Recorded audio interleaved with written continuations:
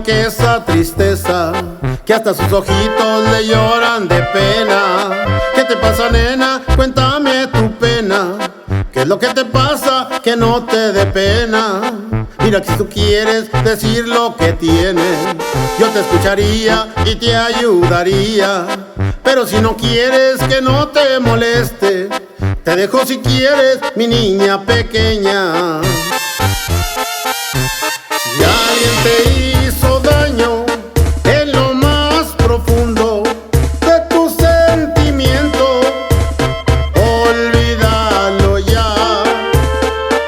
Hoy dale las gracias para que se vaya y el viento se lleve este mal momento.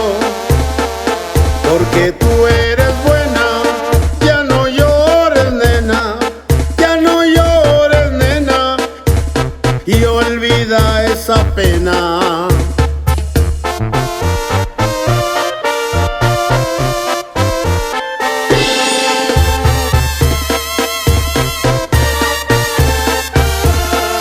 Mira, si tú quieres decir lo que tienes, yo te escucharía y te ayudaría.